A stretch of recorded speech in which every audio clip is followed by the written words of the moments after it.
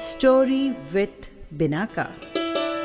सुनिए कहानी बिनाका की जुबानी। हाजिर है हरि प्रकाश राठी की कहानी कोरबेल का उपहार।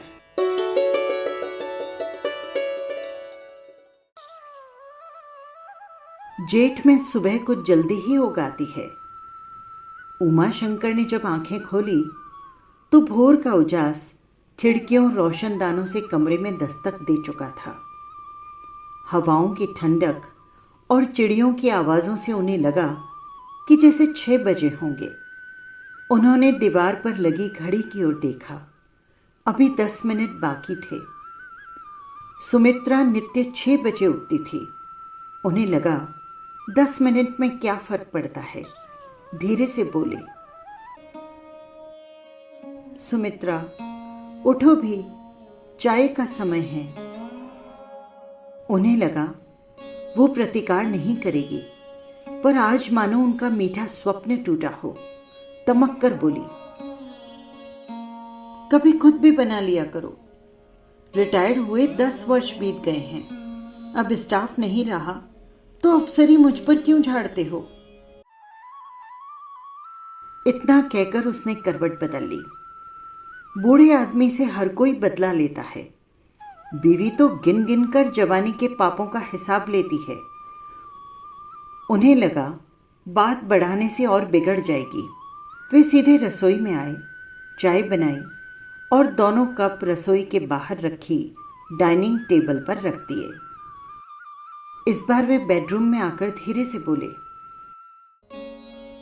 भाग्यवान, चाय तैयार है। अब उन्हें अनुकूल उत्तर मिला, जरा रुक जाते, मैं उठ ही रही थी। उमा शंकर जी को राहत मिली। वर्षों से वे नित्य सुबह की चाय साथ पीते थे। चाय पीने की थोड़ी देर पश्चात मॉर्निंग वॉक हेतु वे बाहर आ गए। उनके घर से फरलांग भर की दूरी पर एक सुंदर पार्क था, जहां वे नित्य सवेरे भ्रमण हेतु जाते थे।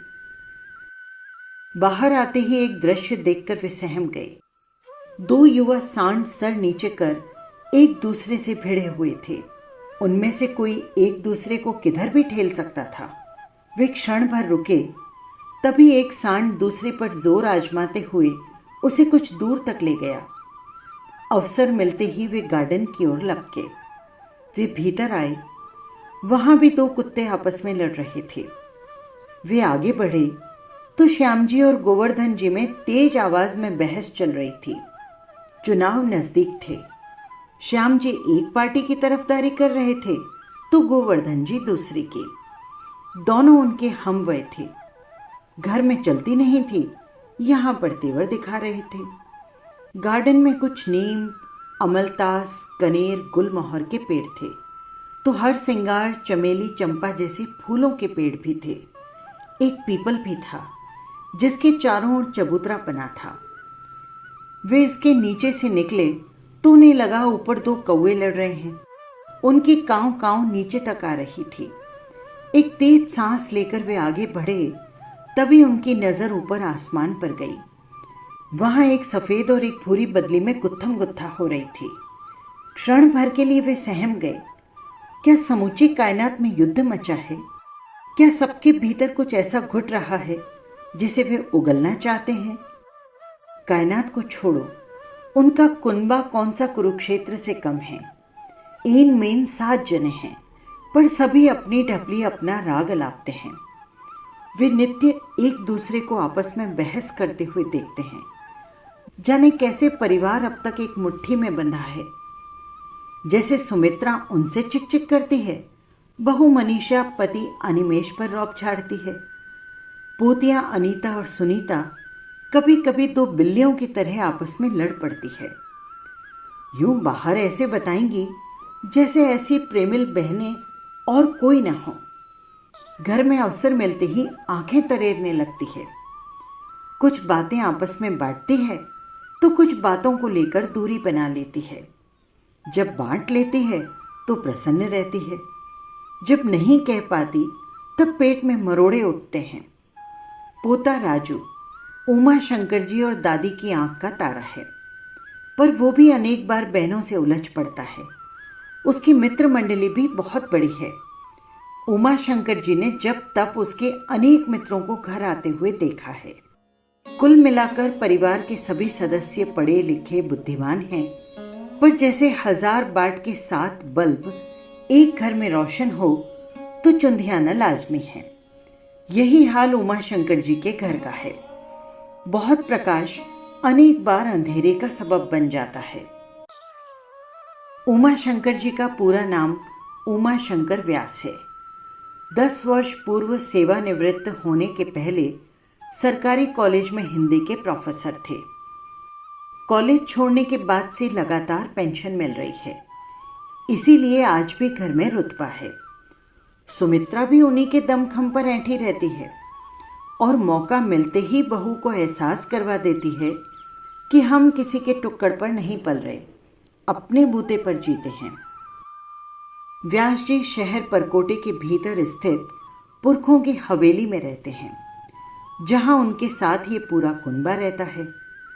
इस उम्र यानी 70 में भी वे स्वस्थ हैं और सुबह भ्रमण में मिलने वाले अन्य बूढ़ों की तरह उन्हें न शुगर है न बीपी। दिनचर्या नियमित है। नित्य सुबह शाम 2 मील पैदल चलते हैं, योगा करते हैं और इसी के चलते शरीर सौष्ठव दर्शनीय है। अच्छे लंबे गोरे हैं, तिस पर तीखी नाक उन पर खूब फपती है। सुमित्रा भी उन्हीं की तरह हमवय महिलाओं से अधिक स्वस्थ है। इंग्लिश गोरा रंग, सुंदर नक्श और आज भी आंखों में चमक है। दिन भर काम में लगी रहती है। वो थक जाती है तब व्यास जी पर पिल पड़ती है। बहू तो सुनती नहीं, पढ़ी लिखी नौकरी पेशा बहू सुने क्या। अभी कुछ दिन पहले ही बहू से झड़प हुई थी। उस दिन बहू भारी पड़ी। बेटे ने मध्यस्थता का प्रयास किया तो उसे भी मुंह की खानी पड़ी। व्यास जी चुप रहे तो रात सुमित्रा ने उन्हें लपेट लिया। काट की तरह खड़े थे, 2 शब्द मेरे पक्ष में ही बोल देते। वो ऐसी रूठी कि 2 दिन नहीं बोली। जवानी में तो वे उसे फिर मना लेते थे, अब इस जंग लगी बुद्धि में प्रेम की धार कैसे चमकाएं। व्यास जी का परिवार मोहल्ले का जाना माना परिवार था और समाज में उनकी अच्छी प्रतिष्ठा थी। इनके कुलदीपक का नाम अनिमेष और बहुरानी का नाम मनीषा है। अनिमेष विवाह के 2 वर्ष बाद हुआ था, अब 50 का है। इन दिनों शहर की एक कंपनी में एग्जीक्यूटिव है। उसने IIM अहमदाबाद से MBA किया है और अच्छी डिग्री होने से कैंपस सिलेक्शन में नौकरी भी जल्दी चढ़ गया। सौभाग्य से कंपनी इसी शहर में थी। आज उसी कंपनी में अच्छे पद पर है, अच्छी पगार भी पाता है और इसी के चलते घर में कोई आर्थिक समस्या नहीं है। उसमें कुछ अच्छी आदतें हैं, जैसे उच्च पदासीन होते हुए भी किसी तरह का नशा पता नहीं करता, पैसे का दुरुपयोग नहीं करता, सास बहू के आए दिन होने वाले झगड़ों को बैलेंस करने का भी प्रयास करता है, पर बीवी के आंख तरेरने पर उसी की ओर लुढ़क जाता है। उस दिन सावित्री घर उठा लेती है। मनीषा भी MBA है, अनिमेष के साथ पढ़ती थी, वहीं से इश्क परवान चढ़ा और बात इतनी आगे बढ़ी कि विवाह का निर्णय लेना पड़ा। मनीषा की तनख्वाह अनिमेष से कुछ ज्यादा है। व्यास जी की नजरों में बहू बेटे से अधिक व्यवहारिक और बुद्धिमान है। दोनों शाम थके हारे घर आते हैं, देर रात तक लैपटॉप पर लगे रहते हैं। दोनों अपनी व्यावसायिक समस्याओं को लेकर परेशान भी रहते हैं। समाधान न मिलने पर वो आपस में भिड़ जाते हैं। दोनों बेटियों में बड़ी अनीता CA कर चुकी है, वो भी किसी कंपनी में नौकरी करती है। छोटी सुनीता CA इंटर में है। घर में सभी जानते हैं कि दोनों के किन्हीं लड़कों से चक्कर हैं। राजू को भी एक बार व्यास जी ने किसी लड़की के साथ मोटरसाइकिल पर घूमते देखा था। आशिकों की इस जमात को देखकर व्यास जी और सुमित्रा अनेक बार आशंकित हो उठते हैं। पोतियां यूं तो समायोजन कर लेती है, पर प्रेम के रहस्य हृदय में ही रखती है। अनेक बार वे विचित्र उदासियों में भी घिर जाती है। व्यास जी को कई बार लगता है उनका परिवार खुशहाल परिवार है, पर अनेक बार ये भी लगता है अनिमेष, बहू, पोतियों, पोता उदास भी हो जाते हैं। उन्हें लगता है जब वे मन की भड़ास नहीं निकाल पाते तो दुखी हो जाते हैं। इन दिनों उन्होंने ये बात शिद्दत से महसूस की है। शहर में पतझड़ को विदा कर बसंत आ चुका है। अब शीघ्र ही गणगौर का मेला भरेगा, जो उनका प्रिय त्योहार है। हर वर्ष घाटी पर लगने वाले इस मेले में वे अवश्य जाते हैं। सुमित्रा कहती है, अब तो बच्चों के मेला देखने के दिन आए हैं, आप तो बंद करो। पर वे नहीं मानते। बच्चों और सुमित्रा को मेले आदि में कोई रस नहीं है। आज गणगौर के मेले में वे शहर की ऊंची घाटी पर अवश्य जाएंगे। अब ऊंची भी कहाँ रही, कार टैक्सियां तक तो जाती है वहां सजी धजी पार्वती, जिसे यहाँ के लोग गवर कहते हैं, उसको देखना व्यास जी को खूब भाता है। उसकी पालकी के पीछे गीत गाती स्त्रियां भी खूब गहने पहने होती है। स्त्रियां गहनों में फपती भी हैं। आदमी पहन ले तो गधा लगे। उन्होंने एक बार सुमित्रा को पूछा था, सुमी, गहनों पर औरतों का एकाधिकार है क्या? आदमी भी तो गहने पहन सकता है। तब उसने व्यास जी को ऐसे देखा मानो कह रही हो आदमी गोबर होता है, गोबर पर सोने का बर्क लगता है क्या? ओह, न उसने कहा न व्यास जी ने सुना। वे भी जाने क्या क्या बुन लेते हैं। मेला देखकर व्यास जी झूम उठे। उन्हें अनायास अपने पिता की याद हो आई, जब वे उनके कंधे पर बैठकर यही मेला देखने जाया करते थे। बाबूजी कितनी चीजें दिलाते थे, चश्मा, घड़ी, खिलौने और बर्फ का मीठा गोला भी खिलाते थे। मेला उनकी पुरानी यादों को पुकारता है। मेले में उनके साथ अतीत का एक छोटा बच्चा भी आता है। यहाँ की भीड़ उन्हें खूब आकर्षित करती है। मेला सामूहिक ध्यान की तरह सबको प्रसन्नता से सराबोर करता है। जैसे गंगा में मिलने वाले नाले भी गंगा बन जाते हैं। असंख्य प्रसन्न लोगों के बीच कुछ उदास भी यहाँ सहज प्रसन्न हो उठते हैं। मस्ती का सैलाब द्वेष, दंभ और उदासी के कीचड़ को यूं बहा ले जाता है। मेले से लौटते हुए उनकी नजर एक पक्षी बेचने वाले पर पड़ गई। उसके पास कबूतर, रंग बिरंगी चिड़ियां, बतख और बहुत सारे तोते भी थे। वस्तुतः उसके पास अधिसंख्यक तोते ही थे। ये तोते अनेक रंगों और अनेक प्रकार के भी थे, छोटे, बड़े, हरे, बैंगनी, हर तरह के। ये तोते इतने सुंदर और सुरीले थे कि इन पर नजर नहीं ठहरती थी। कुछ तोते तो उनके शहर में दिखने वाले तोतों से दूनी साइज के थे। व्यास जी बचपन से ही प्रकृति प्रेमी तो थे ही, पक्षी प्रेमी भी थे। पक्षी प्रेम उनकी सांसों में बसा था। तोतों के बारे में वे बहुत कुछ जानते भी थे। उन्हें पता था कि तोता 50 से 100 साल तक जीता है। पक्षी प्रेम उनका शौक ही नहीं, अभिरुचि भी थे। तभी एक आवाज सुनकर वे चौंके। Good evening sir, how are you? वे हैरान थे, क्या पक्षी वाला भी अंग्रेजी जानता है? उन्होंने कौतुक मन से उसकी ओर देखा तो पक्षी वाले ने उंगली से बड़े तोते की ओर इशारा करते हुए कहा, हुजूर, मैं नहीं बोल रहा। विस्मय मुक्त व्यास जी छेंप गए। Good evening dear, I am fine. उन्होंने हंसते हुए तोते को उत्तर दिया। इस बार उन्होंने उत्तर देते हुए तोते को गौर से देखा। ये गहरे हरे रंग का तोता था। आगे की ओर मुड़ी लाल तीखी चोंच, उसके ऊपर एक छोटा काले बालों का वलय था।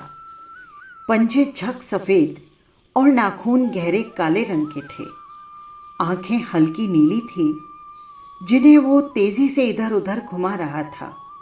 1.25 फीट लंबा और 5 इंच चौड़ा तो होगा। अब वे पक्षी वाले से मुखातिब थे। अरे, इतना बड़ा और इतना प्यारा तोता तुम कहां से ले आए? ये नस्ल इधर की तो नहीं दिखती। उनकी उत्सुकता आंखों में सिमट आई। आपने ठीक पहचाना, ये तोता दक्षिणी अमेरिका के अमेजन नदी के घने जंगल में मिलता है। ये कॉर्बेल प्रजाति का दुर्लभ तोता है। वहां इससे भी बड़े तोते मिलते हैं। इसे मिमिक्री मास्टर भी कहते हैं। ये हूबहू आपके कहे शब्दों की नकल कर लेता है। ये मुर्गे, कुत्ते, बकरी, बिल्ली की आवाज ही नहीं, गीत संगीत, यहां तक कि बच्चे के रोने चिल्लाने की भी आवाजें दोहरा देता है। पक्षी वाले के परिचय ने तोते को कीमती बना दिया। उसने तोते के इस गुण का प्रदर्शन किया तो व्यास जी हैरान रह गए। ये खाता क्या है? व्यास जी के जिज्ञासु मन को पंख लग गए। वैसे तो ये हरी मिर्च, केला, फल, सब्जियां आदि खाता है, पर इसे ज्वार, मूंगफली, पके चावल, मेवे और शकरकंद खूब पसंद है। ये नहाने का शौकीन है।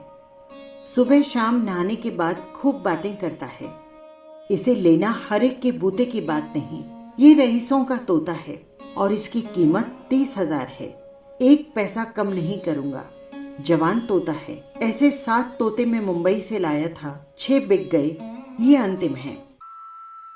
पक्षी वाला एक सांस में सब कुछ बोल गया। कीमत कुछ ज्यादा थी, पर अभिरुचि आपसे औकात के बाहर भी कुछ करवा लेती है। व्यास जी के सिर के ऊपर भूत चढ़ गया। उन्होंने एक बार फिर तोते को देखा तो वो उन्हें देखकर पंख, गर्दन, आंखें हिलाने लगा। वो व्यास जी को यूं करुण नेत्रों से देखने लगा, मानो कह रहा हो, प्लीज मुझे ले लीजिए, आप और आपके परिवार को खूब खुश रखूंगा। इसी दरमियान तोता उनकी ओर देखकर बोला, हेलो। तो व्यास जी की आंतरिक इच्छा परवान चढ़ गई। स्थिति देखकर उन्होंने स्वयं को संयत किया। उन्हें लगा पक्षी वाला मुंह फाड़ रहा है। वे उसे दाम कम करने को कह ही रहे थे, तभी एक महंगी कार वहां पर आकर रुकी। उसमें से एक मैडम उतरी और उसी तोते को देखकर बोली, क्या ये कॉर्बेल है? मैं इसे ही ढूंढ रही थी। व्यास जी ने टेढ़ी आंखों से पहले मैडम की ओर, फिर उसकी कार की ओर देखा और बिना समय गंवाए बोले, मैडम, ये तोता तो मैंने ले लिया है। ऐसा कहते हुए उन्होंने जेब से क्रेडिट कार्ड निकाला, जिसे पलक झपकते पक्षी वाले ने स्वाइप कर लिया। भुगतान मिलते ही उसने ऊपर आसमान की ओर देखा और ईश्वर को इस अहेतु की कृपा के लिए धन्यवाद दिया। उसे आज पहली बार प्रतिस्पर्धा का मूल्य समझ आया। व्यास जी कॉर्बेल के साथ पिंजरा, कटोरियां आदि लेकर जाने लगे तो प्रमोदित तोता मैडम की ओर देखकर बोला, बाय मैडम। मैडम मन महसूस कर रह गई। उसे अपने धन की निरर्थकता और व्यास जी को उनकी अभिरुचि की जीत का एहसास हुआ। घर के रास्ते में ही उन्होंने उसका नाम उसकी प्रजाति के ही नाम पर यानी कॉर्बेल रख दिया। रात 9 बजे वे घर पहुंचे तो पूरा परिवार डिनर पर उनका इंतजार कर रहा था। उनके हाथ में गोल्डन रंग का पिंजरा और उसके भीतर खूबसूरत गहरे हरे रंग के तोते को देखकर सभी आश्चर्यचकित रह गए। व्यास जी ने आगे बढ़कर पिंजरा टेबल पर रखा और कॉर्बेल से वे सभी मिमिक्री दोहरवाई जो उन्होंने पक्षी वाले के यहाँ देखी थी, तो सभी मस्त आ गए। कॉर्बेल ने भी अपना पहला इंप्रेशन की महत्ता समझते हुए दिलकश अंदाज में कुत्ते, मुर्गे, बकरी, बिल्ले और बच्चों के हंसने रोने की आवाजें दोहराई तो टेबल पर हंसी के फव्वारे फूट पड़े। व्यास जी ने आज एक अरसे बाद सभी को यूं हंसते देखा तो भीतर तक भीग गए। तभी सुमित्रा बोली, ये कितने में लिया? तो व्यास जी झेंपे, फिर तुरंत संयत होकर बोले, 3,000। एक जीरो उड़ाते हुए उन्होंने पेट का पानी तक नहीं हिलने दिया। सुमित्रा का स्वभाव वे जानते थे, जीरो नहीं उड़ाते तो खुद उड़ जाते। कॉर्बेल के रहने का स्थान भी शीघ्र तय हो गया। रसोई के दाएं एक छोटा कमरा था जो वर्षों से बंद पड़ा था। आनन फानन उसकी सफाई की गई और कॉर्बेल जी का पिंजरा वहीं लटका दिया गया। इस कमरे से पोर्च, उससे जुड़ा बगीचा और भीतर का चौक, कमरे आदि साफ दिखते थे। चंद दिनों में ही कॉर्बेल सबका प्यारा हो गया। उसकी सुरीली आवाज़, दिलकश अदाएं, मिमिक्री आदि से सभी दीवाने हो गए। हर कोई उसे कुछ न कुछ खिलाने को लपकता। कोई उसकी कटोरियां साफ कर रहा है तो कोई पिंजरा। सभी उसे मारवाड़ी अभिवादन के नए नए शब्द सिखाने लगे। उसकी पकड़ इतनी गहरी थी कि थोड़े ही दिनों में वो अभ्यागत मेहमानों को खम्मा घणी, पधारो सा, बिराजो हुक्म आदि शब्दों से स्वागत करने लगा। मेहमानों को स्नैक्स आदि लेने का कहते तो वो बोलता, अरो को सा। वे जाते तो फिर आओ जो हुक्म, घणी खम्मा कहता। उसके ऐसा बोलते ही मेहमान झूम उठते। वो उदास स्थितियों में हास्य भर देता। कुल मिलाकर कॉर्बेल ने सबका जीवन बदल दिया। उसकी मधुर मिमिक्री अवसादिक क्षणों में माधुर्य खोल देती। सभी कॉर्बेल से खुले भी बतियाते और दरवाज़ा बंद कर अकेले भी बातें करते। कई बार होठों ही होठों में ऐसे बतियाते मानो कॉर्बेल और उनके मध्य कुछ सीक्रेट हो। एक बार सुमित्रा की मनीषा से बिगड़ी तो व्यास जी ने उसे तोते से बातें करते पाया। कॉर्बेल, बहू बहुत टेढ़ी है, आता जाता कुछ नहीं, हर बात में टांग अड़ाती है। उस दिन उसने उसे अपने हाथ से काजू के टुकड़े खिलाए तो कॉर्बेल थैंक यू दादी, थैंक यू दादी कहकर नाचने लगा। वो पंख फैलाकर गोल गोल घूमने लगा। सुमित्रा कमरे से बाहर आई तो बहुत प्रसन्न थी। कहाँ व्यास जी लाख प्रयास करके उसे नहीं मना पाते, कहाँ कॉर्बेल ने जादू कर दिया। एक अन्य दिन व्यास जी ने बहू को भी दरवाज़ा बंद कर कॉर्बेल से बातें करते देखा। बहू इतनी चतुराई से बातें करती कि किसी को हवा तक नहीं लगती। उस दिन बहू बहुत खुश थी। थोड़े दिन बाद एक इतवार को सास बहू फिर खटराक हुए। उस दिन कॉर्बेल ने गजब कर दिया। वो जोर से बोला, टेढ़ी है। आश्चर्य, ये सुनकर सास बहू दोनों खुश थी। सुमित्रा की बात तो व्यास जी ने सुनी थी, पर बहू क्यों खुश थी? यकायक व्यास जी के जहन में बिजली क्रौंधी। वे इस नए राज को जान गए। इसका मतलब बहू ने भी बात कर कॉर्बेल को वही कहा जो सुमित्रा ने कहा, सास टेढ़ी है। कॉर्बेल ने कुशल संपादन कर कॉमन शब्द बोल दिया। कॉर्बेल से व्यास जी और सास बहू की नहीं, दोनों पोतियां भी बतियाती थी। कभी अलग तो कभी अकेले में। नई पीढ़ी की कम समस्याएं हैं क्या? हमसे अधिक गोले इनकी खोपड़ी में घूमते हैं। कैरियर और निजी समस्याएं भूतों की तरह सपनों में नाचती है। एक दिन अनीता का मित्र दिलीप घर आया। जवान, लंबा तगड़ा, स्मार्ट बंदा था। उस दिन घर पर व्यास जी, सावित्री और अनीता ही थे। कॉर्बेल तुरंत बोला, पधारो सा, खम्मा घणी। दिलीप दंग रह गया। व्यास दंपति ने कुछ देर उसकी आवभगत की, फिर बाजार जाने के बहाने बाहर निकल गए। वे लौटे तो अनीता बहुत खुश थी। उस दिन कई देर वो कॉर्बेल से गुटरगू करती रही। जब हम प्रसन्न होते हैं तो सर्वत्र प्रसन्नता बांटते हैं। जो भीतर है वही तो देंगे। मज़ा तब आया जब कुछ दिन बाद कॉर्बेल ने ये कहकर सबको चौंका दिया, love you baby, love you baby. उस दिन व्यास जी असहज हंस पड़े। उसके पास जाकर बोले, कॉर्बेल, अब तेरे जूते खाने के दिन आए। एक दिन अनिमेश का ऑफिस में यूनियन नेता से झगड़ा हो गया। इन दिनों वो बहुत व्यवधान पैदा कर रहा था। उस शाम अनिमेश कई देर बगीचे में टहलता रहा, फिर भीतर आकर कॉर्बेल के कमरे में घुस गया। उस दिन कॉर्बेल ने मिमिक्री के कुछ नए शब्द प्रयोग किए। दोनों में गुफ्तगू भी हुई। अनिमेश बाहर आया तो चेहरा प्रसन्नता से सराबोर था। इसके एक पखवाड़े बाद व्यास जी की अनिमेश से बहस हो गई। गृहस्थी में नोकझोंक तो होती ही है। बाप अपनी बापगिरी छोड़ते हैं क्या? यकायक कमरे से कॉर्बेल बोला, सियार खराब कर दूंगा, सियार खराब कर दूंगा। इस बार चौक में व्यास जी और अनिमेष का संयुक्त अट्टहास हुआ। वे हंसते हुए कॉर्बेल के पास आए और हाथ जोड़कर बोले, प्रिय कॉर्बेल, सब कुछ करना पर सियार मत बिगाड़ना। वे ये भी समझ गए कि कुछ दिन पहले अनिमेष ने गुस्से में कॉर्बेल से क्या कहा होगा। आश्चर्य तो तब होता जब कॉर्बेल सही समय पर सही मिमिक्री कर वातावरण को रसमय बना देता। लोग ठीक कहते हैं, पक्षियों में अतीन्द्रिय शक्ति आदमी से अधिक होती है। इन दिनों व्यास जी और सुमित्रा को किसी निकट रिश्तेदार के विवाह समारोह में 3 दिन शहर से बाहर जाना पड़ा।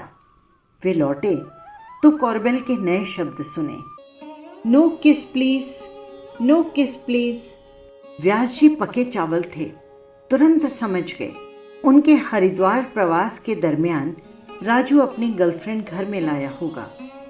हद तो तब हुई जब सुनीता के बर्थडे पर केक काटने के बाद कॉर्बेल बोला, लेट्स ड्रिंक एंड डांस। ओह, तो क्या सुनीता का मित्र माधव भी व्यास जी की अनुपस्थिति में यहाँ आया था?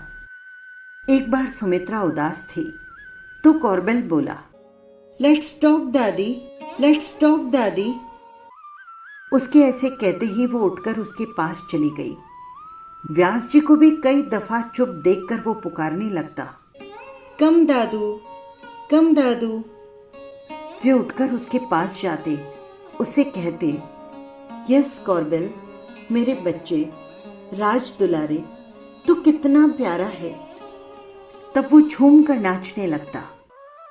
कॉर्बेल ने कुछ ही माह में घर की फिजा बदल दी। कॉर्बेल से मन की भाप निकाल सभी हल्के हो जाते। ओह, मन का रेचन यदि किसी निष्पाप पवित्र मन के आगे हो जाए तो उदासियां खुशियों में बदल जाती है। कलुष, वैमनस्य और ईर्ष्या से भरे मनुष्य से क्या कभी मन बांटा जा सकता है? पक्षी कितने निर्मल होते हैं, उन्हें सिर्फ देना आता है, वो भी निःशुल्क। समूची प्रकृति में मनुष्य ही ऐसा जीव है जो पाने के भाव से देता है। कोयल मीठा बोलती है, क्या कोई शुल्क लेती है, रॉयल्टी लेती है, कोई कॉपीराइट करवाती है? क्या उसे कोई यश की अभिप्सा है? खिलते हुए फूल क्या आपसे मूल्य मांगते हैं? कुत्ता वफादारी के लिए जान दे देता है, क्या वो प्रतिफल चाहता है? इसीलिए तो पशु पक्षी प्रसन्न और मनुष्य दुखी। ये अस्तित्व उनकी कोई मदद नहीं करता जो लेने के भाव से देते हैं। अस्तित्व का आनंद स्वार्थी लोगों के लिए है ही नहीं। इन दिनों कॉर्बेल कभी कभी लंबे समय के लिए चुप रहने लगा था। वो उदासी तो नहीं थी, पर अवश्य कुछ था। मैंने सुमित्रा से बात की तो वो हंसकर बोली, इसे तोती चाहिए। उस दिन घर में अनार के दाने बिखर गए। दिन महीने यूं ही बीतते गए। कॉर्बेल को आए अब 11 महीने हो गए। आज सुपर ब्रेकफास्ट लेते हुए व्यास जी ने ये बात छेड़ी तो सबने मिलकर ये तय किया कि हम कॉर्बेल की वर्षगांठ मनाएंगे।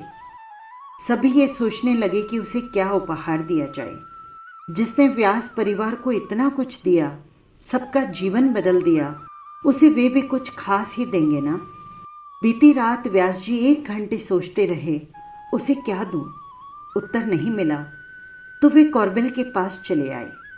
धीरे से उससे पूछा, वर्षगांठ पर क्या लेगा रे?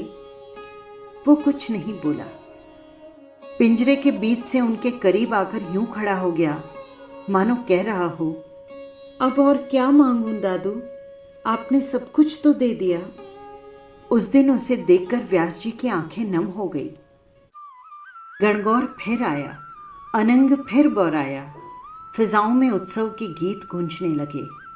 खेलन दो गिणगौर और लड़ली लुम्बा छुम्मा जैसे रस गीतों से शहर का समा ही बदल गया।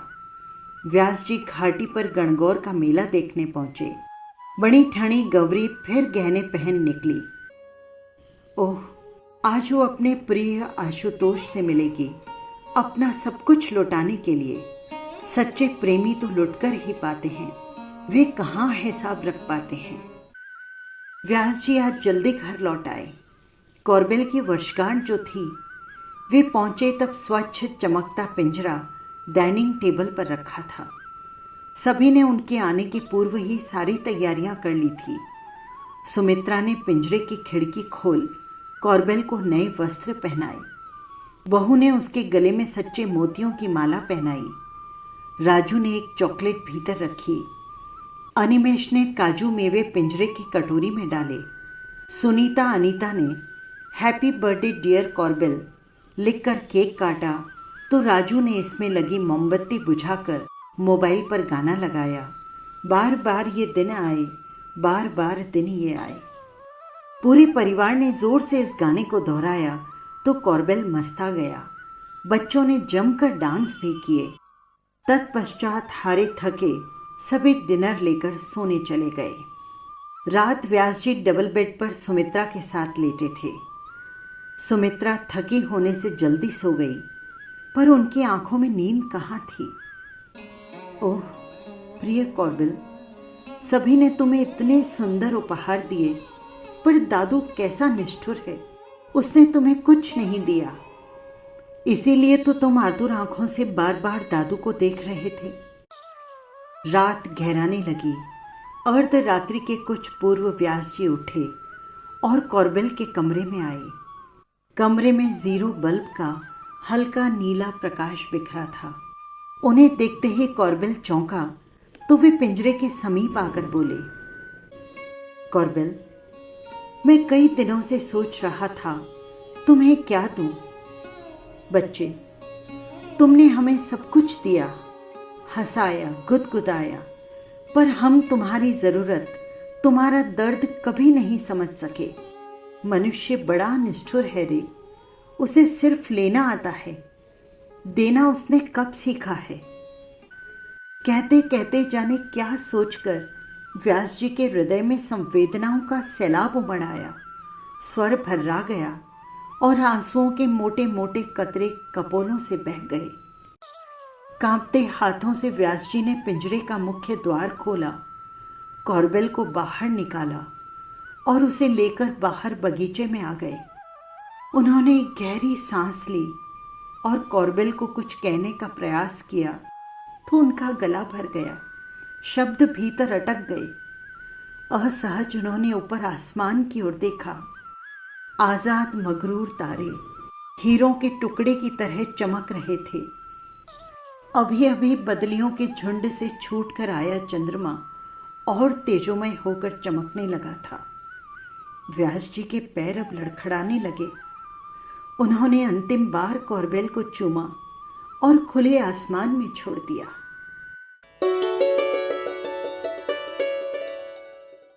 बस यही थी कहानी। आपको कैसी लगी कमेंट बॉक्स में ज़रूर लिखिएगा। और हाँ, यदि आपने चैनल को सब्सक्राइब नहीं किया है तो कर लीजिएगा, जिससे हर कहानी सीधे पहुंच सके आप तक। फिर मिलेंगे किसी नई कहानी के साथ। नमस्कार।